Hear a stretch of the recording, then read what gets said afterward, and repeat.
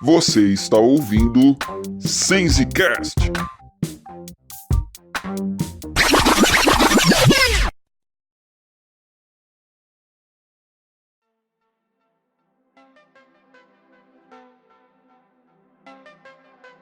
Fala galera, antes de avançarmos para o novo episódio, deixa eu compartilhar com vocês umas novidades bem legais a respeito do nosso trabalho SenseCast. Além de ouvir pelo Spotify, Deezer ou SoundCloud, você também encontrará os nossos episódios disponíveis no YouTube. É isso mesmo, basta você se inscrever no nosso canal, ative o sininho para você receber as notificações dos novos episódios que forem lançados e ali você também poderá compartilhar com as pessoas que não usam o Spotify, o Deezer, o SoundCloud. Elas também poderão acompanhar o trabalho do SenseCast e entrar aí nesse mundo dos podcasts. E uma outra novidade bem bacana é que estaremos lançando em breve uma nova série chamada Wesleyanismos, uma série totalmente dedicada a apresentar um pouco da teologia wesleyana, sermões de Wesley, informações bem bacanas aí sobre essa tradição metodista. Então você fique antenado, acompanhe, fique ligado na nossa página no Facebook, estaremos ali sempre colocando as novidades, postando lá e você poderá receber todas as novidades que serão lançadas no nosso podcast.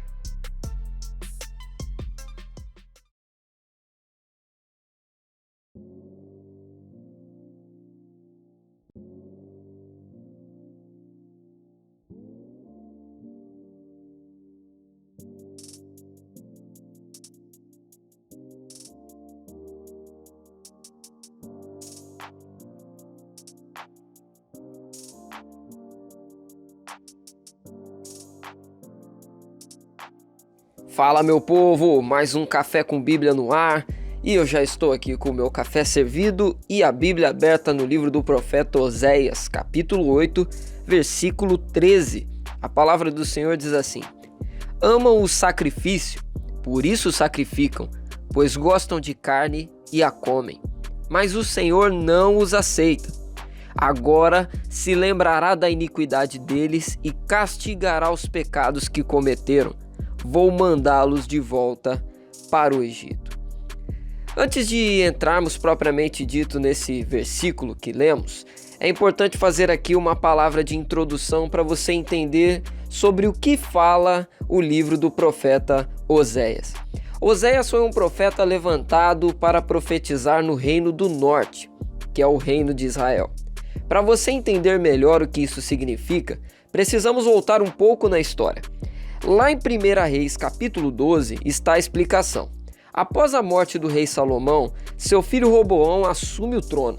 Salomão havia colocado uma dura carga de impostos sobre o povo de Israel, algo que o povo foi pedir para que fosse diminuído quando Roboão assumiu o trono, mas sem sucesso. Roboão prometeu fazer o contrário, aumentar o jugo, colocando impostos ainda mais pesados. Você vê isso no versículo 14 do capítulo 12. Obviamente o povo não ficou nada contente com o que ouviram.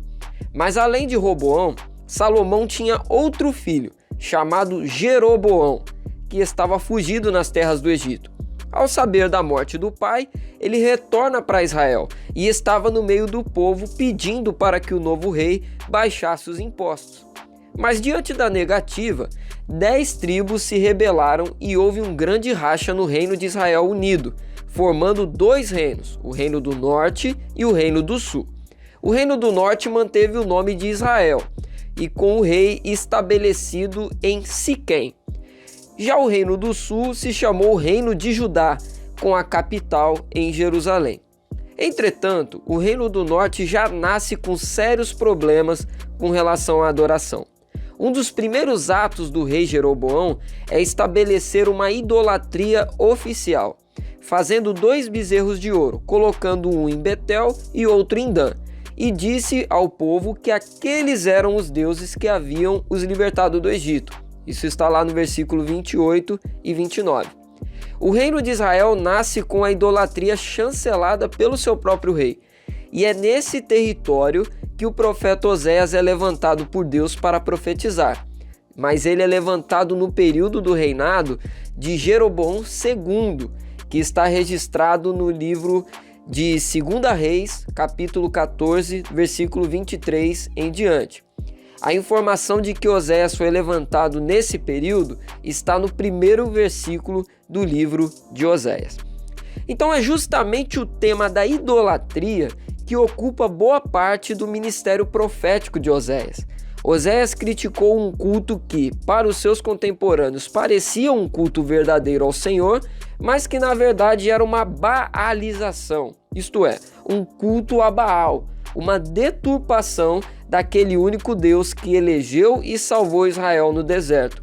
Oséias critica duramente as práticas cultuais de Israel, mas também aponta um caminho e possibilidade para a conversão e perdão do povo.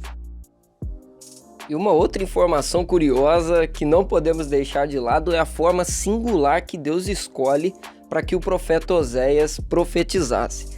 Deus não deu apenas uma mensagem para ele anunciar, mas ordenou que o profeta se casasse com uma prostituta, isso mesmo que você está ouvindo, e tivesse filhos com ela, pois esse relacionamento seria a referência daquilo que Israel, representado pela prostituta, estava fazendo com Deus, representado na figura do profeta. Vai vendo aí.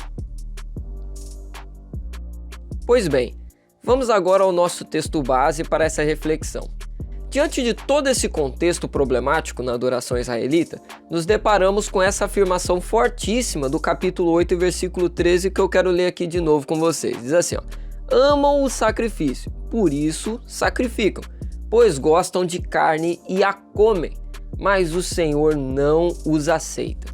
Agora ele se lembrará da iniquidade deles e castigará os pecados que cometeram.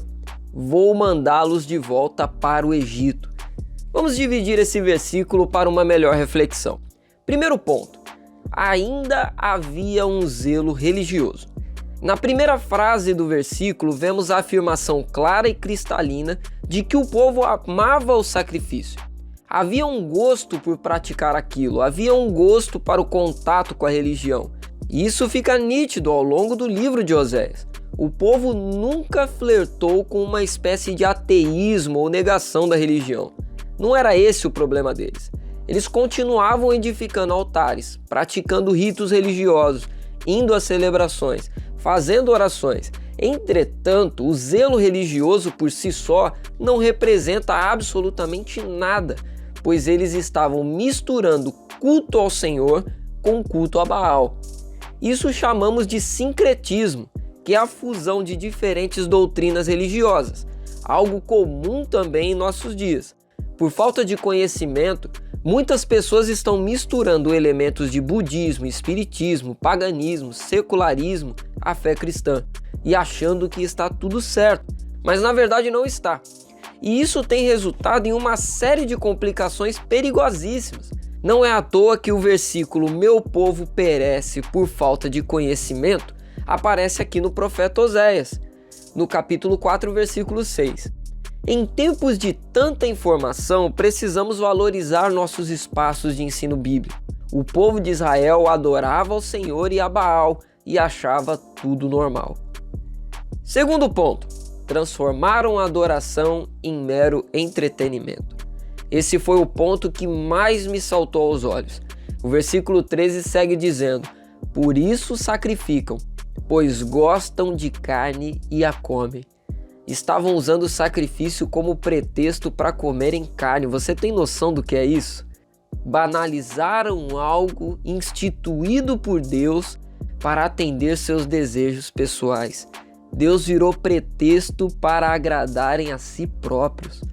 Eles já não mais se dirigiam a Deus para adorá-lo, mas para tirar vantagem e comer a carne. Usar Deus é uma péssima ideia. Quando nos afastamos da instrução e nos dobramos aos sincretismos, o resultado é a banalização do que é realmente importante. Pode até haver zelo religioso, mas falta quebrantamento de coração. Pode até haver zelo religioso, mas falta postura de humildade diante de Deus. Pode até haver zelo religioso, mas Deus deixa de ser o centro da vida. O povo entrou em tamanha cegueira que estavam caminhando a passos largos à perdição. Por fim, o resultado é o que Deus diz no final do versículo 13. Mas o Senhor não os aceita. Agora ele se lembrará da iniquidade deles e castigará os pecados que cometeram. Vou mandá-los de volta para o Egito.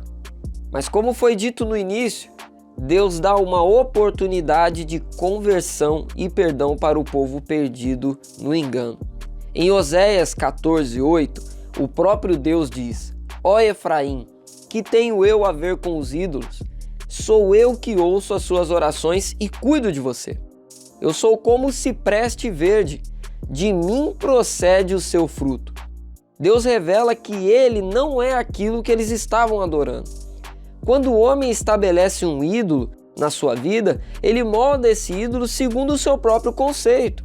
O próprio Oséias fala sobre isso no capítulo 13, versículo 2.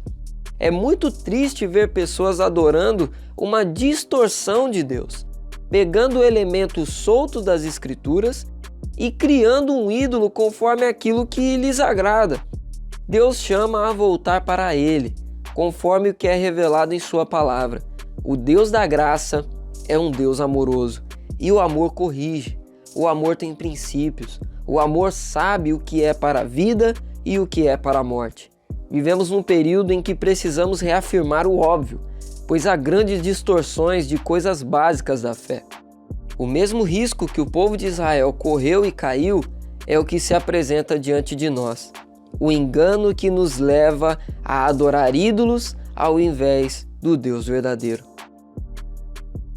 Que o Senhor continue te abençoando e guiando, que nunca venha faltar da palavra de Deus para te dar direção e iluminar o teu caminhar. Como diz o Salmo 119, versículo 105, lâmpada para os meus pés é a tua palavra e luz para o meu caminho. Gostaria de agradecer do fundo do coração a cada um de vocês que tem acompanhado o trabalho do SenseCast. O retorno tem sido super positivo e isso dá ainda mais motivação para continuar compartilhando a palavra de Deus por meio dessa ferramenta. Compartilhe o SenseCast com seus amigos, familiares e irmãos da igreja. O SenseCast também está disponível no YouTube para aqueles que não usam Spotify ou Deezer. Mais uma vez, meu muito obrigado a vocês. Que Deus continue sendo conhecido e glorificado por onde passarmos.